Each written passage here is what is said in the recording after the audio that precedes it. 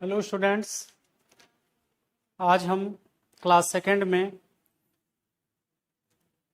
हिंदी भाषा में first chapter start करेंगे और जिसका शीर्षक है सुंदर देश हमारा। जैसे देखिए बच्चों, इस कविता में ये बताया गया है, कवि ने इस कविता के माध्यम से हमें ये बताया है कि हमारा देश जहाँ पर हमने जन्म लिया है वो कितना सुंदर है। इसकी भौगोलिक स्थिति के बारे में भी इसमें कवि ने बताया है और यह महान क्यों है, इसकी महानता के बारे में भी बताया है। इस भारत देश में हिमालय जैसे ऊंचा पर्वत, गंगा जैसी पवित्र नदी, तमाम ऋषि मुनियों ने यहाँ पर जन्म लिया। यहाँ तक कि राम और कृष्ण की धरती भी यही है, जिनको हम भगवान मानते हैं। वो भी, जैसे आप जानते हैं, अयोध्या में भगवान रामचंद्र जी का जन्म हुआ है, जानते हैं ना। तो कहने का मतलब ये है, या देखिए यहाँ पर काशी है, अयोध्या है, मथुरा है, या तमाम ऐसे तीर्थ स्थल हैं जो हमारे भारत देश में विद्यमान है। और ये बहुत आदिकाल से, प्राचीन काल से ही ये तमाम ऋषि मुनियों की धर्मस्थली के रूप में ये जाना जाता है। तो बच्चों आइए देखते हैं चैप्टर का नाम क्या है, कविता का नाम क्या है, सुंदर देश हमारा। तो इस कविता में कवि ने हमारे देश की सुंदरता का वर्णन किया है। आइए देखते हैं, पढ़ते हैं। सबसे सुंदर देश हमारा, हमको यह प्राणों से प्यारा, हमने मिलकर रूप संवारा, इसे बनाया जग से न्यारा। उत्तर में जो खड़ा हिमालय, वह प्रतिपल रक्षा करता है, बादल जब टकराते इससे तब जल वर्षा करता है।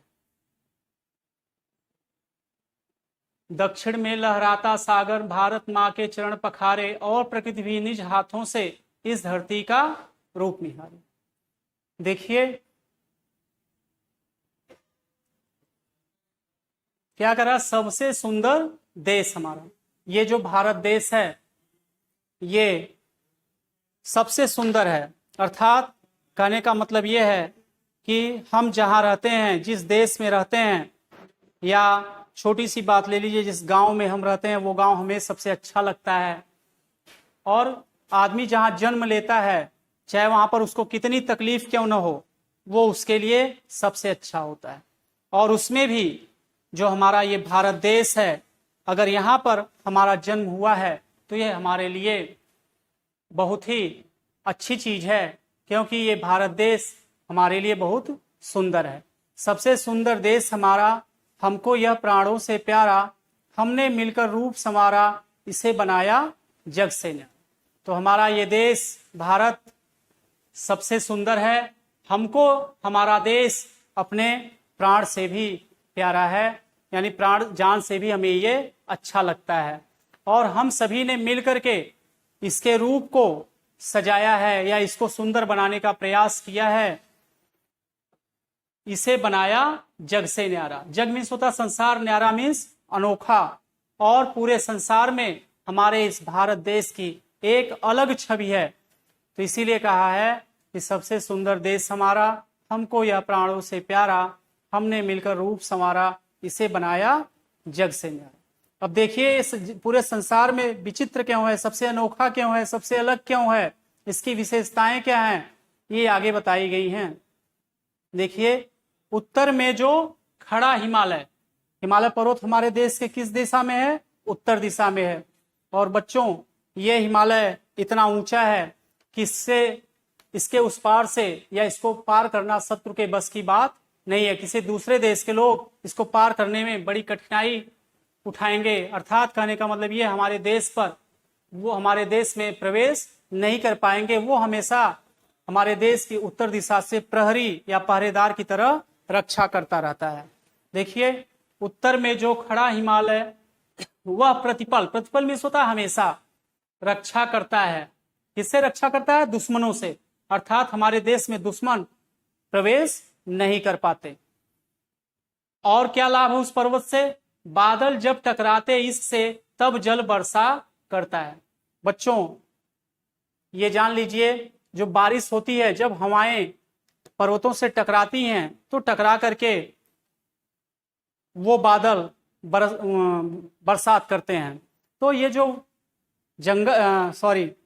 ये जो पर्वत है ये वर्षा करने में भी सहायक है।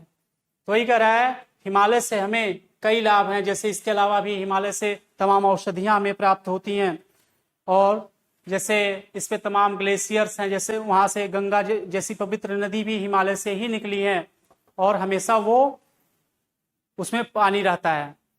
तो हिमालय से हमारे लिए कई लाभ हैं, और सबसे बड़ा लाभ तो ये है कि ये हमारी शत्रुओं से रक्षा करता है और ये वर्षा कराने में भी सहायक है।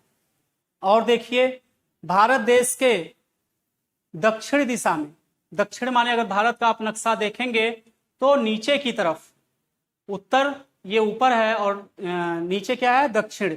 दक्षिण दिशा में वो हिंद महासागर है। हिंद महासागर भी हमारे देश की रक्षा करता है, वो दक्षिण दिशा से। भारत माँ के चरण पखारे, आपको हम बताएं कि ये भारत के नक्शे में सबसे नीचे हिंद महासागर है, तो इसीलिए कह रहा है कि ये भारत माँ के चरण पखारे, अर्थात भारत माता के चरणों को ये धोता है, और प्रकृति भी निज हाथों से इस धरती का रूप निखारे। और जो यहाँ की प्राकृतिक संपदाएं हैं, जो बड़े बड़े वन हैं या झरने हैं या तमाम पर्यटन स्थल हैं, वो इस भारत माता के रूप सौंदर्य को वो बढ़ाते हैं। तो वही कह रहा, दक्षिण में लहराता सागर भारत माँ के चरण पखारे, और प्रकृति भी निज मीन्स होता अपने हाथों से इस धरती का रूप निखारे। तो भारत माता की दक्षिण दिशा से रक्षा कौन करता है? हिंद महासागर। और वो हमेशा भारत माता के चरणों को, पैरों को वो धोता रहता है, और भारत माता के सौंदर्य को निखारने में भी प्रकृति पीछे नहीं है, क्योंकि आप जानते हैं कि भारत देश में तमाम पर्यटन स्थल हैं। यहाँ के जो जंगल हैं, झरने हैं, और चिड़ियों से चहचहाते हुए जो झरने हैं या नदियां हैं, यहाँ पर आपको हम बताए गंगा यमुना जैसी पवित्र नदियां भी हैं। तो इस तरह से इन सब ने मिल करके भारत देश का सौंदर्य और बढ़ा दिया है, इसके रूप को और निखार दिया है। अब देखिए नेक्स्ट है, ऋषि मुनियों की है यह धरती, पावन गंगा धारा बहती, निज जल से सिंचन करती है, सबके कष्टों को हरती।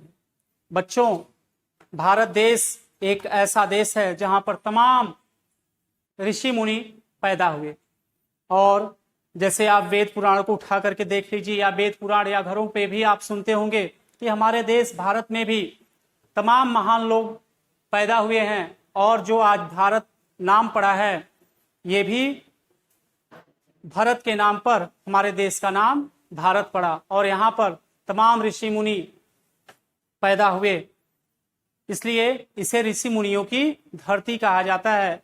पावन गंगा धारा बहती, यहाँ पर गंगा जैसी पवित्र नदी भी, या ना पावन गंगा, पावन मीन्स होता पवित्र, गंगा की धारा यहाँ पर बहती है। गंगा नदी हिमालय पर्वत के गोमुख से निकलती, गंगोत्री से निकलती है, और ये सबसे पवित्र मानी जाती है।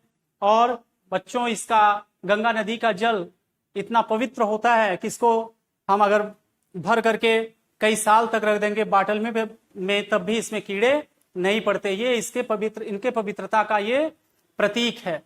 और जैसा कि ये माना जाता है कि गंगा नदी में स्नान करने से हमारे सारे पाप धुल जाते हैं, इसलिए ये बहुत पवित्र नदी है, और ये गंगा जैसी पवित्र नदी हमारे देश भारत में ही है। देखिए निज मीन्स अपने, जल से सिंचन करती है, और बच्चों इस गंगा नदी से तमाम नहरें निकाल करके भी गंगा नदी सिंचाई के काम में गंगा नदी का जल सिंचाई के काम में लाया जाता है, और सबके कष्टों को हरती है। जैसे इसके पानी से एक तो लोगों का ऐसा विश्वास ये भी है कि गंगा के जल से रोगों से छुटकारा मिलता है। ये हमारे पापों को धुल देती है, हमारे जो बुरे कर्म हैं उनसे ये निजात दिलाती है। इसके साथ साथ इसके जल से फसलें पैदा होती हैं जो हमारे जीवन यापन का साधन है। इस तरह से गंगा नदी अपने जल के द्वारा सबके कष्टों को दूर करती है। आओ इसको शीश नवाएं, इसके सारे दुख मिटाएं, मातृभूमि की सेवा करके अपना जीवन सफल बनाएं। तो बच्चों, शीश मीन्स होता सिर, तो कह रहा है ये हम अपने भारत माता को शीश नवाएं माने सिर झुकाएं, और यहां पर जितनी भी बुराइयां हैं, जितने भी गलत कार्य हैं या जितने भी विसंगतियां हैं, सबको दूर करने का हम प्रयास करें और अपने मातृभूमि की सेवा करके अपने जीवन को हम धन्य करें या सफल बनाएं। और बच्चों, हमें अपने देश से, इस कविता से हमें यही सीख मिलती है कि हमें अपने देश से प्रेम करना चाहिए एवं अपने देश की सेवा में हमेशा तन मन धन से समर्पित रहना चाहिए। और इसी के साथ ये चैप्टर आपका समाप्त होता है। थैंक्स।